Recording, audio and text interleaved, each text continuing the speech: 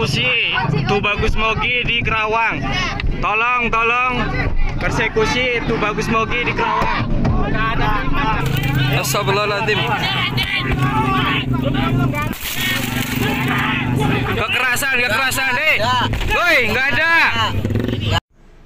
Assalamualaikum warahmatullahi wabarakatuh. Saya Kang Deden Permana, Ketua Tanfidiyah PCNU Kabupaten Karawang, turut prihatin atas kejadian kekerasan oleh segerombolan kelompok barbar yang mempersekusi beberapa kiai dan barisan Ansor Serbaguna. Malam tadi, tepatnya di Rengas Dengklok, sekitar Pondok Pesantren Mambalulu. Saya berharap kepada kepolisian Kabupaten Karawang, khususnya Kapolres Karawang yang baru saja menjabat, untuk segera ditindaklanjuti kekerasan ini atas nama apapun itu. Kalau tidak segera, saya akan langsung melaporkan kepada Kapolda Jabar, juga Kapolri Republik Indonesia. Mohon untuk segera ditindak dan segera ditangkap pelakunya. Wallahul muwaffiq ila aqwamit thoriq. Wassalamualaikum warahmatullahi wabarakatuh.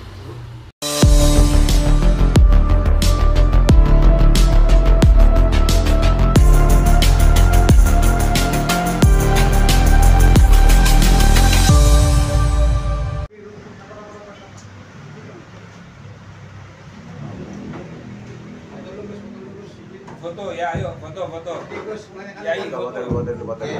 Depan semuanya. Lagi 1 2. Pakai jangan lupa ya.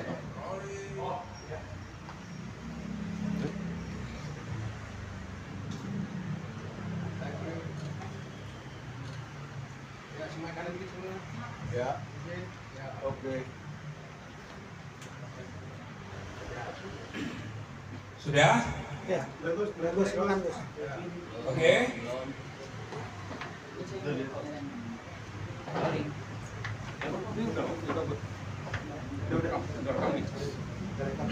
Jangan ada yang tertinggal, sudah? Johan, Ya, sudah. Abud, sudah? Sudah, Gus. Bisa dimulai? Ya. Oke. Bismillahirrahmanirrahim. Assalamualaikum warahmatullahi wabarakatuh. Waalaikumsalam warahmatullahi wabarakatuh. Sallallahu ala Muhammad.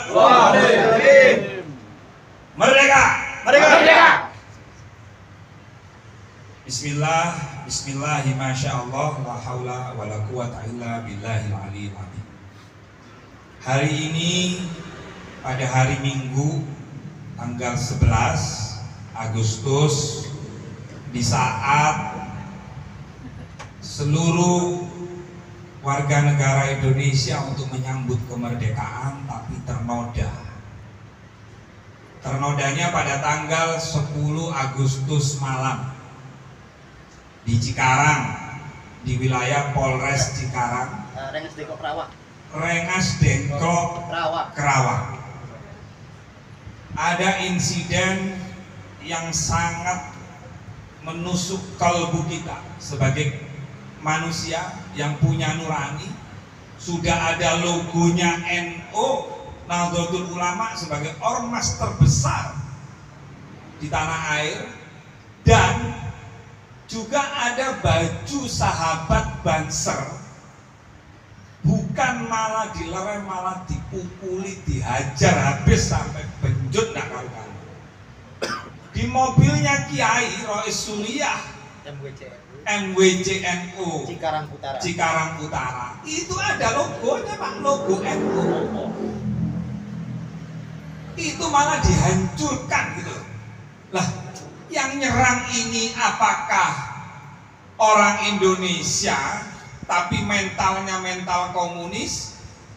Kita tidak tahu.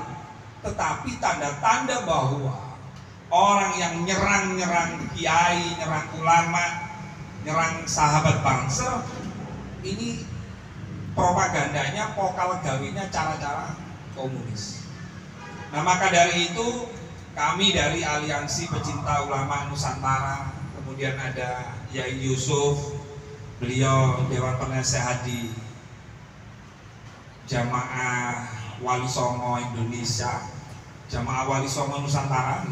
Kemudian beliau ketua umumnya Yai Munawir. Nah, di sebelah kanan saya ini ketua BKN DKI bersama teman-teman mahasiswa. Dan di sebelah kiri saya ini, ya Allah, kemarin bersama kita sama Yai Sarif, yaitu Bagus Mogi. Nanti beliau akan cerita sebelum kami memberikan pernyataan sikap terkait insiden pengeroyokan dan pengerusakan terhadap Kiai NU dan sahabat bangsa. Nah, ini namanya Tubagus Mogi. Jadi kalau di rekaman video itu, setelah mereka nyari Yai Imaduddin, siapa Yai Imaduddin nanti diterangkan sama sahabatnya, yaitu Bagus Mogi. Yang hari Yai Imaduddin nggak ketemu nih, gerombolan apa ini, serigala-serigala, monster-monster ini, itu Mogi.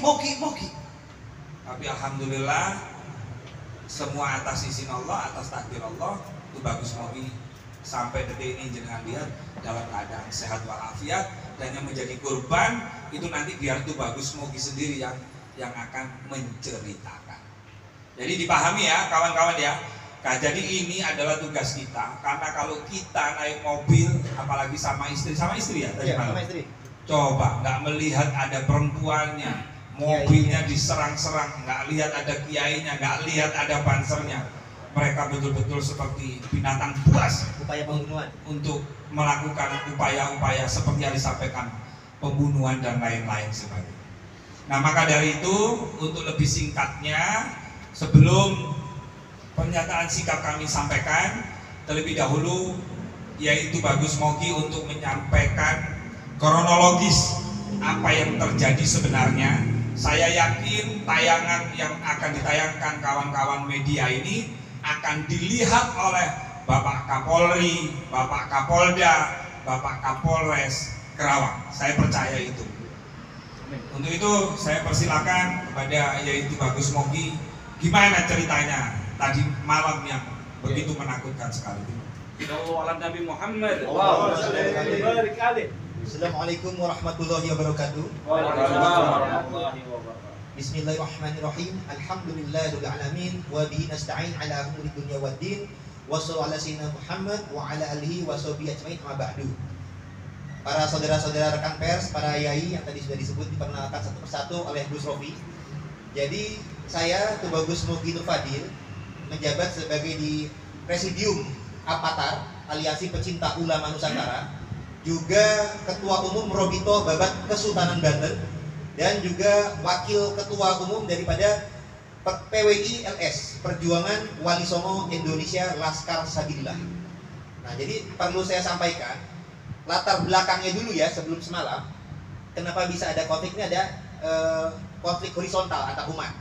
Latar belakangnya ini adalah antara kalangan habaib Ba'alawi Muasal Yaman dan pengikutnya dengan beberapa kiai Nusantara. Nah, ini perlu diperjelas juga, kiai Nusantaranya terutama yang terkait dengan keluarga besar Wali Songo juga, meskipun tidak secara langsung. Jadi intinya kita sebelum apa-apa ini sering melihat ada para oknum habib Ba'alawi yang mengaku-ngaku sebagai cucu Nabi itu berbuat kesombongan, radikalisme, perendahan, bahkan penjajahan tanda kutip finansial, spiritual di kalangan masyarakat. Contoh, ada oknum yang pernah menghina Gus Dur, buta mata buta hati. Ada yang menghina berguru kepada satu habib bodoh lebih utama daripada berguru kepada 70 kiai yang alim. Dan perendahan-perendahan yang lain di mana mereka merasa sebagai cucu Nabi ini ahli surga, tidak akan masuk neraka. Dan banyak kesesatan lain yang bahkan sudah kami laporkan ke MUI karena sudah kami temukan di antara kesesatan para oknum habib baik secara personal maupun umum itu sudah masuk 5 kriteria sesat MUI dari 10 kriteria sesat MUI. Nah, kesesatan para habaib Ba'alawi Muasal Yaman ini kemudian diteliti oleh beberapa kiai tentang kajian nasabnya, karena dicurigai kok Nabi Muhammad ini kan mengajarkannya rahmatan lil alamin, ramah, lemah lembut, sopan, toleransi, berakhlak mulia. Tapi kok ini yang mengaku-ngaku sebagai cucu Nabi kok di Indonesia menampilkannya suka caci maki, suka radikal, dan lain sebagainya. Maka ketika diteliti melalui kajian pustaka, ilmu nasab, ilmu sejarah, bahkan ilmu genetik, sudah bekerjasama juga dengan anggota BRIN, Badan Riset dan Inovasi Nasional. Bahkan di bulan Agustus tahun lalu sudah diseminarkan di UIN Syarif Hidayatullah, yang kemudian tanpa memaksakan ya, tapi secara kajian ilmiah itu bagi para peneliti, terutama Kiai Imaduddin Utsman Al-Bantani yang menuliskan sebuah tesis bahwasanya nasab atau silsilah para Habib Ba'alawi Muasal Yaman tidak tersambung kepada Nabi Muhammad Sallallahu Alaihi Wasallam sebagaimana klaim pengakuan mereka, sehingga tentunya ini menjadi suatu hal yang bagi mereka membuat kepanasan. Nah, tapi kami terbuka, ini sifatnya ilmiah. Jadi hal yang ilmiah, tesis ilmiah, silakan dikonfrontirnya dengan cara yang ilmiah juga, bukan dengan cara emosional caci maki, apalagi persekusi. Jadi kita sudah mengadakan seminar, kita sudah mengundang organisasinya Ba'alawi yakni Robito Alawiyah tidak hadir. Kami sudah mempersilakan apabila apa-apa yang kami nyatakan ini dianggap berita bohong, silakan gugat jalur hukum, kita adu bukti dan saksi di pengadilan kalau perlu. Jadi kami siap dikonfrontir dengan kajian ilmiah berupa, kalau Kiai Imat sudah membuat buku dan kitab, kita siap mengcounternya dengan adu kitab, adu hujah, lewat seminar maupun lewat pengadilan. Karena ini sifatnya ilmiah, bukan sesuatu hal yang sifatnya emosional. Dan Indonesia ini sudah dilindungi undang-undang. Kita memiliki hak pasal 28 itu untuk menyampaikan pikiran dan pendapat kita, dan ini adalah kajian ilmiah sehingga dilindungi undang-undang. Dan kita harus toleransi. Orang percaya sama Habib turun Nabi silakan, yang nggak percaya juga silakan. Tapi penelitian ini sebagai bentuk kritik, boyao yang belum tentu benar, jangan sok benar. Jangan merendahkan yang lain, jangan merendahkan kiai, jangan melakukan perendahan-perendahan kepada pribumi. Nah, karena mereka banyak melakukan perendahan tersebut, ini menjadi hal yang rawan. Dan tadi malam, baik, sekarang kita lanjut ke tadi malam. Intinya, karena di publik ada tokoh-tokoh yang sudah bersuara tentang masalah kajian ilmiah ini. Kalau misalkan saudara-saudara sekalian juga menyaksikan di YouTube, terutama ada Kiai Imaduddin Utsman, ada saya Bagus Muhyiddin Fadil, bahkan beberapa tokoh juga sudah berbicara, Kiai Syarif pada suka, Kiai Said Akil Siroj, kemudian bahkan Profesor Kiai Yusuf, Profesor Mahfud MD pun juga sudah bersuara, Roma Irama pun juga sudah bersuara, anggota RI dari DPR RI dari Nasdem, Bu Irma juga sudah bersuara, Kiai Munawir dari MUI juga sudah bersuara. Jadi ini sebenarnya sudah mulai viral dari tahun lalu. Nah, cuman ini saya jelaskan sedikit bagi yang mungkin masih awam. Nah, intinya ada tokoh-tokoh yang sudah menjadi incaran, dan para kiai-kiai yang sudah sepakat dengan kita itu membentuk berbagai organisasi. Di antaranya ada Perjuangan Wali Songo Indonesia, Laskar Sabilillah, ada juga Jamiah Wali Songo Nusantara atau Jawara, dan lain sebagainya. Jadi sudah membentuk organisasi sebagai wadah untuk memperkuat kekuatan ya. Karena kan apabila kita jalan sendiri masing-masing, bagaikan lidi mudah dipatahkan. Jadi dibentuk suatu wadah untuk memperkuat. Nah, jadi rencana awal tadi malam itu adalah kita undangan dari Kiai Junaid Al-Baghdadi, salah satu ulama dan tokoh kasepuhan di Kerawang, Jawa Barat. Nah, beliau juga didapuk menjadi kasepuhan daripada organisasi PWI, Perjuangan Wali Songo Laskar Sabilillah Nusantara, yang nanti malam tanggal 11 Agustus akan mengadakan pelantikan PWI di Komplek Makam Syekh Kuro Kerawang. Nah, untuk persiapan menuju acara nanti malam itu para anggota-anggota PWI biasa melakukan musyawarah di pesantrennya Kiai Asep di Rengas Dengklok Kerawang, pesantren Mandaul Ulum namanya. Nah, itu sudah ada biasa-biasa musyawarah. Nampaknya musyawarah-musyawarah ini sudah diketahui oleh anggota, saya langsung jelaskannya FPI, karena saya punya buktinya. Jadi anggota FPI itu sudah mengetahui akan, atau ya para pendukung-pendukung Habib, mungkin ada FPI yang masih struktural atau organisatoral, saya kurang tahu ya. Yang pasti para pendukung para Habaib ini sudah ada ancaman-ancaman supaya acara nanti malam di PW ini tidak terlaksana, dan mereka mengetahui bahwasanya rencananya kan mengundang tokoh-tokoh yang banyak bersuara kontra nasab Habib Ba'alawi, yakni Kiai Imaduddin Utsman Al-Bantani yang menulis tesis tentang kepalsuan nasab Habib, dan juga Kiai Abbas Buntet, cucu pahlawan pejuang dari Cirebon, Kiai Abbas yang turut berjuang di Perang Surabaya 10 November 45. Jadi ini ada rencana kehadiran dua tokoh petinggi daripada PWI. Nah, saya pun juga termasuk wakil ketua mewakili Trah Kesultanan Banten juga. Nah, kemudian rencana di malam nanti salah satu kasepuannya kan adalah Kiai Junaid Al-Baghdadi. Nah, beliau ada acara rutin tiap malam minggu, terutama ada hari-hari yang kliwon apa gimana itu hari besar, ada acara di pesantren beliau di Rengas Dengklok Kerawang. Nah, beliau mengundang anggota-anggota PWI, terutama juga Kiai Imat, kalau bisa hadir di tadi malam tadi supaya membicarakan musyawarah untuk kelanjutan acara di nanti malam. Nah, jadi ada acara tanggal 11 Agustus, ada acara tanggal 10 Agustus. Nah, 10 Agustus ini acara khususnya daripada Kiai Junaid Al-Baghdadi. Nah, Kiai Junaid Al-Baghdadi ini acaranya di Rengas Dengklok Kerawang. Nah, ketika biasa acara itu biasanya ribuan jamaahnya banyak, jadi biasanya suka macet. Makanya ada arahan dari panitia tidak bisa langsung ke lokasi, ada tempat meeting point dulu, ada tempat transit dulu di pesantrennya Kiai Asep Mandaul Ulum yang nggak terlalu jauh. Nah, para polisi pengamanan utamanya di lokasi acara dari Kiai Junaid. Jadi yang diutamakan pengamanan di tempat Kiai Junaid. Di tempat transit hanya anggota laskar dan banser saja, belum ada pengamanan polisi. Nah, maka ketika yang dicari-cari oleh kelompok mukibin atau pendukung para habaib, itu mereka ternyata di panitia sudah memberikan ancaman. Bahkan dalam WA itu sudah memberikan ancaman bahwasanya ada upaya pembunuhan kepada Kiai Imaduddin Utsman Al-Bantani, hendak memenggal kepalanya daripada Kiai Imat. Jadi ini sudah ada upaya ancaman dan upaya pembunuhan itu sudah ada. Nah, di tempat pesantren karena Kiai Imat sudah menyatakan tidak akan hadir, mungkin menjadi lengah. Seakan-akan kalau Kiai Imat sudah tidak menyatakan tidak hadir, insya Allah relatif aman. Nah, padahal yang berjuang kan tidak hanya Kiai Imat, tapi juga ada tokoh-tokoh di sekitarnya. Nah, karena saya juga sering mendampingi Kiai Imat, jadi ketika kita di pesantren Mandaul Ulum, nah kita lagi lokasi persiapan menuju ke pesantrennya Kiai Junaid. Nah, ketika keluar ternyata sudah ada masa. Nah, awal-awal kita husnuzon, mungkin kan berbau nggak pakai seragam, tapi kan ya busana muslim pada umumnya.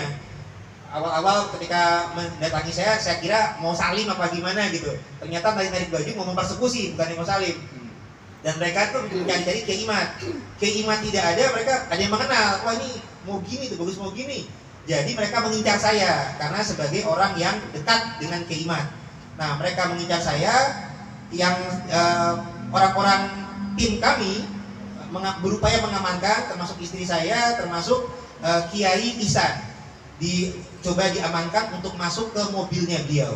Nah, Kiai Ihsan ini adalah Rois Suriah MWC NU Cikarang Utara. Jadi kiai yang struktur organisasi di NU itu sendiri. Jadi kita masuk ke dalam mobil beliau. Jadi kami dalam satu mobil itu ada supir, ada Kiai Rois Suriah MWC NU Cikarang Utara namanya Kiai Ihsan, ada saya, ada istri saya, ada Kiai Asep sebagai tuan rumah pondok pesantren Mandaul Ulum tempat transit, dan juga ada santri. Jadi ketika kami sudah masuk dalam mobil, ada dikawal juga oleh banser, tapi karena mereka sudah mengincar saya, akhirnya mereka naik motor langsung mau mengejar. Nah, akhirnya supir juga sudah mempercepat lagi kendaraan, tapi dihadang. Nah, ketika dihadang, banser berupaya menjaga, banser dikeroyok, dua orang dikeroyok, dipukul. Mobil kita dalam keadaan dikepung, dipecahkan kaca belakang. Meskipun kaca belakang itu ada simbol NU, Nahdlatul Ulama, mereka tidak peduli. Meskipun di dalamnya ada para kiai, mereka tidak peduli. Kiainya juga kiai yang jelas, ada yang tokoh lokal maupun nasional. Ada perempuan pun mereka nggak peduli. Ada jelas-jelas yang mendampingi berjaket banser, orang banser resmi, yang mana NU dan banser ini ada orang-orang yang berjasa membesarkan para habaib. Ini mereka tidak peduli, mereka malah merendahkan dan mereka malah menzalimi atau mencederai. Jadi bahkan orang-orang ketika itu sudah memecahkan kaca, bahkan juga memukul dengan helm kepada Kiai Ihsan itu, kacanya pecah, kacamata itu, dua kacamata saya pecah. Kalau ada bukti di ada. Terutama juga yang Banser juga lemah lebam. Kalau saya alhamdulillah selamat, nggak ada masalah. Dan orang-orang itu juga sudah teriak bakar mobilnya, hancurkan. Jadi ada betul-betul upaya pembunuhan. Nah, akhirnya kita putar balik kita kembali ke arah pesantren, langsung tutup itu, para santri berjaga-jaga dan panggil polisi. Jadi intinya kepolisian alhamdulillah sudah segera datang mengamankan. Memang ini menjadi pelajaran juga bagi tokoh-tokoh yang mengundang para penceramah yang terkait dengan perjuangan nasab. Keamanan ini ditingkatkan tidak hanya di lokasi acara, tapi di tempat transit ini juga harus diamankan juga, steril. Nah, jadi utamanya kronologi seperti itu. Ini tindakan yang sungguh kami rasa biadab. Karena ini Indonesia adalah negara yang mengedepan toleransi. Semua punya kebebasan berpendapat, punya kebebasan masa keyakinan, dan kita tidak memaksakan. Ada yang mau percaya Habib silakan, tapi ya jangan memaksakan. Sampai-sampai kalau nggak percaya, jangan sampai menganggap halal darahnya. Ini sama saja dengan takfiri, mengkafirkan orang yang tidak sesuai dengan kepercayaan orang lain dalam satu agama Islam. Dan itu sudah masuk kriteria salah satu kriteria SAT MUI. Dan kalau kami lihat sebenarnya mereka sudah ada 5 sampai dengan 5. Tapi yang tadi malam itu adalah salah satunya. Karena mereka sudah menghalalkan darah sesama umat Islam. Bahkan kiai dan banser pun mereka tidak pandang bulu. Mereka anarkis. Hanya berbeda pandangan saja yang tidak substansial, tidak masuk rukun iman, tidak masuk rukun Islam. Karena percaya kepada Habib bukan rukun iman. Rukun iman tetap 6. Jadi kalau mereka menganggap percaya kepada Habib juga bagian dari rukun iman, artinya mereka menambah-nambahkan rukun iman. Nah itu juga sesat juga kalau seperti itu. Jadi intinya kita prihatin, tapi kami tidak shock. Jadi meskipun ada Habib yang menyampaikan akan memberikan shock terapi seperti saat ini, kami tidak shock, kami akan tetap semangat. Dan juga bukti keterlibatan oknum Habib, karena di situ mereka menyampaikan juga dari FPI. Kemudian buktinya adalah ketika kami dipersekusi, ada yang merekam dan langsung disiarkannya di YouTube channel Sayyid Bahar Smith Official. Jadi ini membuktikan memang ada konspirasi dari kalangan oknum Habib, karena mereka sudah terstruktur, terencana, mengetahui tempat lokasi kami ngumpul, mereka langsung sweeping, persekusi, mencari-cari keimat, bahkan sudah upaya pembunuhan, karena sudah ngomong bakar mobil, hancurin, bukannya sekedar supaya demo, bukan. Karena kami tidak ada ceramah nasab, bukan. Kami sekedar undangan menghadiri acara undangan agama, acara haul dari Syekh Kiai Junaid Al-Baghdadi.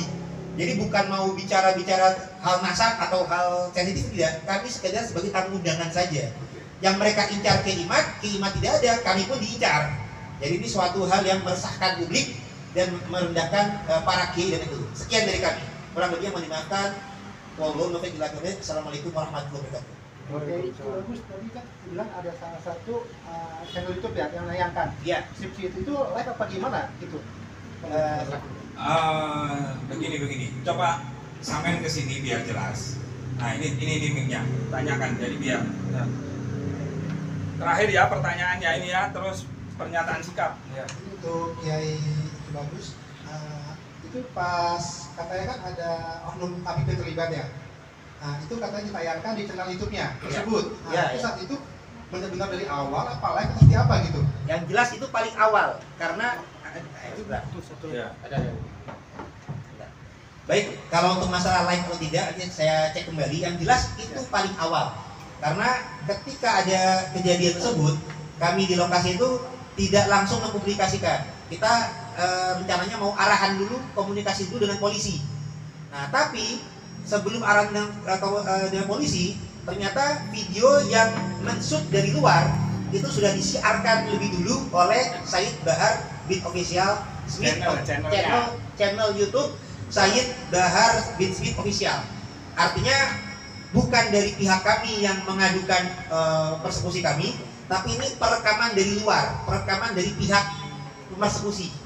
Jadi ada rekamannya dari luar mobil, dari pihak persekusi, dan langsung ditayangkan oleh Sayyid Bahar bin Smith Official channel YouTube. Kalau masalah live atau tidak, karena saya jadi korban, nanti saya cek lagi. Yang pasti jelas ini bukan dari pihak kami karena direkamnya dari luar. Nggak mungkin pihak kami itu karena kami lagi dalam mobil. Ini perekaman dari luar oleh pihak mereka dan juga langsung disiarkan pun langsung di YouTube channelnya Habib, Oknum Habib. Ya, kami pertegas demikian. Oke, ya teman-teman nanti tanya jawabnya nanti bisa ke Yai Munawir, ada Yai Yusuf. Nah selanjutnya kami ingin membacakan pernyataan sikap Aliansi Pecinta Ulama Nusantara sebagai berikut. Pertama, mengutuk keras aksi pengeroyokan, pemukulan terhadap Kiai NU dan anggota Banser. Dua, meminta kepada aparat kepolisian dalam hal ini Kapolri, Bareskrim Polri, Kapolda Jawa Barat, kemudian Kapolres Kerawang, karena di tahun-tahun politik ini semua masyarakat butuh ketentraman, kenyamanan, dan kedamaian. Untuk itu kami minta kepada beliau-beliau untuk menangkap pelaku, mengusut tuntas, dan mengusut siapa yang menyuruh dan siapa dalang dibalik pengeroyokan tersebut. Nomor 3, menghimbau kepada seluruh masyarakat Indonesia, khususnya warga Nahdliyin yang cinta akan kedamaian, untuk menyerahkan sepenuhnya kasus tersebut kepada pihak berwajib, menyerahkan sepenuhnya kepada pihak berwenang agar hukum tetap tegak sekalipun langit itu runtuh. Demikian pernyataan sikap ini dibuat kami dari Barisan Kesatria Nusantara, dari Jamaah Wali Songo Nusantara Jawara, kemudian dari PWI Perjuangan Wali Songo Indonesia, dan kemudian dari BKM DKI Jakarta, dan juga dari Robito Babat Kesultanan Banten. Demikian teman-teman pernyataan sikap dari kami, dan mohon untuk diperhatikan serta ditindaklanjuti. Saya kira itu teman-teman. Kalau ada pertanyaan silakan tanya ke Yai Yusuf, boleh. Nah kalau berkaitan masalah channel tadi yang disampaikan oleh beliau, biarkah itu polisi, wewenangnya polisi ya untuk mengusut kasus tersebut. Monggo Yai Munawir, monggo silakan yang tanya. Assalamualaikum warahmatullahi wabarakatuh. Bismillahirrahmanirrahim. Alhamdulillahirabbil alamin wassalatu wassalamu ala sayyidina Muhammadin wa ala alihi washabihi ajmain. Amma ba'du. Teman-teman dari pers yang dimuliakan Allah Subhanahu wa taala dan para kiai. Di sini saya atas nama Ketua Jamiah Wali Songo Nusantara, kami menghimbau agar polemik nasab ini diselesaikan. Selesaikannya bagaimana? Anjuran kami adalah karena ini adalah berkaitan dengan Pak Alawi, maka dilaksanakanlah debat, yaitu antaranya Kiai Imaduddin Usmah Al-Abatani dengan Ketua Robito, yaitu saat ini adalah dengan Habib Taufik. Setuju. Kalau memang Habib Taufik tidak mau berdebat dengan Kiai Imad, maka saat itu Jamiah atau dari pribumi ini kemungkinan besar tidak mengakuinya, lambat laun. Ingat, kalau memang Anda benar-benar yakin sebagai cucunya Nabi, maka debatlah dengan Kiai Imad. Dan kami menghimbau kepada Habib Rizik agar kalau memang tidak mengerti masalah Wali Songo, jangan bicara Wali Songo. Kami sebagai keluarga besar dari Sunan Ampel, bahwa Sunan Ampel dalam manuskrip keluarga-keluarga kami adalah putra dari Ibrahim As-Samarqandi. Ibrahim As-Samarqandi putra dari Jumadil Kubro, bukan putra daripada Sunan Ampel, bukan putra dari Maulana Malik Ibrahim Sunan Gresik ya.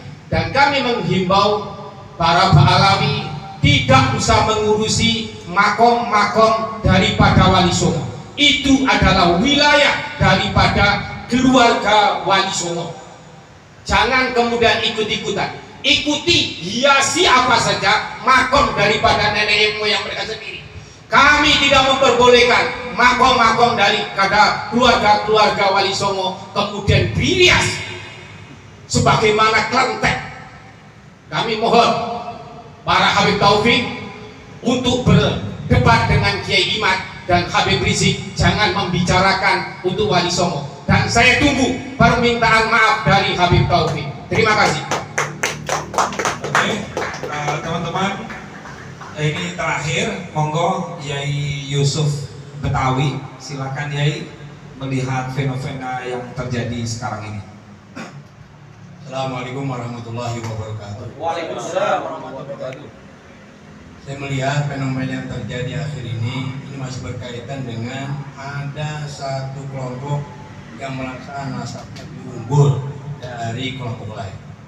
Padahal sesungguhnya di Al-Quran jelas, koridornya jelas, barometernya jelas, bahwa kemuliaan seseorang bukan dari nasab. Ya Yohanes, inna khalaqnakum min dzakarin wa untha wa ja'alnakum syu'uban wa qabaila lita'arafu inna akramakum 'indallahi atqakum. Wahai sekalian manusia, sesungguhnya kami jadikan kalian dua jenis, tidak ada jenis ketiga. Yang pertama, jenis laki-laki dan perempuan. Kemudian kami jadikan kalian berbangsa-bangsa dan bersuku-suku. Untuk apa? Esensinya lita'arafu, untuk saling mengenal, sharing, mengenal kearifan lokal masing-masing. Kemudian yang lebih hebat lagi, inna akramakum indallahi atqakum. Yang paling mulia adalah yang paling takwa, bukan dari mana kita berasal. Saya tutup dengan sebuah syair. Dulu guru saya waktu saya sanawiyah memberikan syair begini atau makalah. Kunibna man syi'ta waqtasib adaban yakfika mahmudu anin nasabi. Jadilah Anda anak keturunan siapa saja, yang penting berakhlak. Nanti kalau kalian berakhlak, suku mana saja akan muji Anda. Jadi percuma ngaku dzurriyyah Rasul tapi akhlaknya tidak mencerminkan akhlak Rasulullah sallallahu alaihi wasallam. Itu yang kami kecewa sebenarnya. Dulu waktu saya masa sanawiyah kira-kira 1986 lah.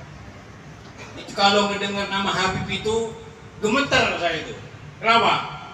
Ya terkesan di mata saya orang yang alim, tawadu, rendah hati, sopan, ramah, lemah lembut, bahkan dermawan. Itu yang saya tahu waktu saya masih sanawiyah. Tapi kok sekarang luar biasa ini. Kebalikannya. Malah kebalikannya. Astagfirullah. Ya, sekali lagi saya bicara soal oknum ya. Karena saya nggak punya kompetensi untuk bicara seperti Kiai Imad. Nah mereka, karena beliau memang pakarnya dalam dunia nasab. Itu aja ya. Buat Baklawi, tegakkan moralitas di tengah bangsa ini. Lihat pencipta lagu bangsa kita ini ya. Bangunlah jiwanya, bangunlah badannya, moralitasnya dulu bangun, baru kemudian moral, baru kemudian pembangunan fisik. Kalau pembangunan fisik yang dikedepankan sementara moral tidak, hancur bangsa ini. Nggak salah itu pencipta lagu kebangsaan kita, Wahai Supratman. Kali lagi saya katakan, bangunlah jiwanya, jiwanya dulu bangun, moralitasnya dulu bangun. Innamal umamu akhlaqu ma baqiyat fa in hum dhahabat akhlaqum dhahabu. Hanya satu bangsa akan tegak kalau moralitasnya ada, kalau akhlaknya ada. Tapi kalau akhlaknya sudah tidak ada, moralnya sudah tidak, akan rusak, akan hilang bangsa itu. Ini nasihat yang luar biasa. Jadi mari sama kita jangan merasa kita ini adalah satu terah yang paling unggul. Kita semua sama, kemanusiaan yang adil dan beradab. Demikian, wallahu muwaffiq ila aqwamit thoriq. Assalamualaikum warahmatullahi wabarakatuh. Waalaikumsalam. Salam. Cukup. Bagus. Apakah sejauh ini sudah membuat laporan ke polisi?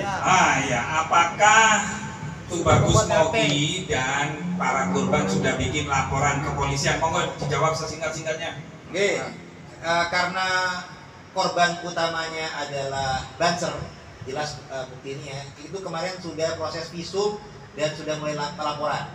Kalau saya kemarin kan diamankan, kemudian saya pulang, jadi saya sendiri belum. Tapi yang sudah proses dari Banser. Oh, berarti Banser sudah LP? Tadi malam proses sudah visum dan juga LP. Nah, nanti teman-teman minta LP ini ya, LP-nya minta. Ya, insya Allah nanti kita kabarkan kembali. Yang utama yang dari Bansernya. Dan komentar Kiai Imaduddin sendiri gimana? Ya, coba menyatakan ya, alhamdulillah kalau saya selamat gitu ya. Jadi intinya hanya cuma menyampaikan syukur lah gitu. Dan alhamdulillah sih kita tetap saling koordinasi dan ya ibaratnya cuman menyampaikan makanya beliau sudah feeling sudah ini emang nggak hadir, nggak aman, tapi kan saya juga tetap berupaya tidak mau mengecewakan panitia yang mengundang, makanya saya wakili. Tapi alhamdulillah intinya beliau turut bersyukur atas keselamatan kami dan juga tetap mendukung untuk penegakan jalur hukum. Nah, maksudnya mungkin yang ditanyakan teman ini ketika Banser dianiaya sampai babak belur, bagaimana pandangan Yai Imad? Jadi tidak hanya menyangkut jenengan gitu loh, yaitu bagus. Oke, ya Kiai Imad prihatin, turut prihatin dan mempertanyakan. Saya sudah sampaikan dari Banser sudah proses dan insya Allah juga sudah ada kabar LBH Ansor Banser Pusat pun insya Allah akan ikut turun beratensi pada hari ini. Muhammad. Ya, ya. Dan Kiai Imaduddin sendiri tadi ada ancaman pembunuhan penggal kepala. Iya. Berarti di sana ada sikap untuk mengamankan dan kepolisian di rumah. Ya, jadi gini, yang karena informasi tersebut adalah untuk Kiai Imad, jadi ketika Kiai Imad ini dinyatakan tidak hadir, ada kelengahan pengamanan kepada yang anggota atau relasi Kiai Imad yang lain, sehingga karena dianggapnya Kiai Imad nggak hadir, ya mungkin agak lengah pengamanan. Tapi yang pengamanan tetap kuat di daerah lokasi acara. Nah, di lokasi transit itu agak lengah karena mungkin sudah merasa lebih aman karena Kiai Imad tuh nggak hadir. Ada kabar nggak bakal hadir. Nah, tapi ketika saya datang, di mana saya juga orang yang dekat dengan Kiai Imad, saya pun ternyata ikut diincar untuk upaya pembunuhan tersebut. Kurang lebih seperti itu. Jadi bagaikan Imam Ali dengan Nabi Muhammad, yang utama dicari Imam Ahmad, tapi kan sempat juga ini pada Imam Ali. Apa mau ngelaporin juga channel YouTube yang satu itu itu masih perlu musyawarah dulu dengan pengacara. Yang pasti kita akan diskusikan dengan pihak pengacara kami atau pihak penasihat hukum mana-mana saja yang perlu diinikan. Yang penting kita akan tempuh jalur hukum yang paling mudah untuk bisa penegakan keadilan. Dan juga perlu kami sampaikan, meskipun ini seakan-akan seperti shock terapi, tapi kami tidak shock. Kami tetap semangat. Semangat. Merdeka. Karena ini adalah di momen bulan Agustus, bulan kemerdekaan, kita akan merdeka di negeri sendiri, tidak terpengaruh oleh gerakan radikalisme, terorisme, bahkan ini mirip-mirip bahayakan komunisme. Kami tidak gentar. Kami akan terus berjuang menegakkan kebenaran dan keadilan. Merdeka. Merdeka. Mari Bung rebut kembali. Yo. Gimana Mas Johan? Gimana? Oke. Masih ada? Ya ini Nawir. Maksudnya kayak juga kan maksudnya salah satu perwakilan dari MUI juga. Iya. Ya, melihat kejadian semalam itu seperti Bagus mau dibilang bahwa di dalam itu ada kiai nasional dan juga kiai setempat yang diancam, maksudnya terancam gitu. Nah, sikap dari MUI apakah sudah di? Sementara ini sikap dari MUI belum ada, karena memang itu adalah ranahnya MUI. Kalau di komisi saya adalah memang mengurusi aliran yang menyimpang, aliran sesat. Jadi ini adalah memang domainnya MUI, bagaimana Banser dan bagaimana MUI menyikapi. Cuma Jamiah Wali Songo Nusantara atau BW ini itu kan merupakan yang bermuara juga kepada MUI. Jadi, tapi untuk masalah polemik nasab ini sudah ada pihak-pihak yang ke MUI, saya dengar itu, tetapi yang tidak ditanggapi. Sebagaimana Pak Sekjen itu dalam pertemuan pernah mengatakan bahwa kemuliaan sebagaimana yang dikatakan oleh Kiai Yusuf tadi, inna akramakum indallahi atqakum. Dan ini yang memang harus kita gaungkan terus. Di MUI nggak ada itu kemuliaan itu malu karena Habib itu nggak ada. Dan ini saatnya tahun 17 Agustus 2025 kemuliaan itu adalah ada di ketakwaan. Jangan tertipu dengan masalah nasab. Itu. Terima kasih. Ada yang banyak lagi? Sudah ya? Cukup ya? Cukup ya? Oke.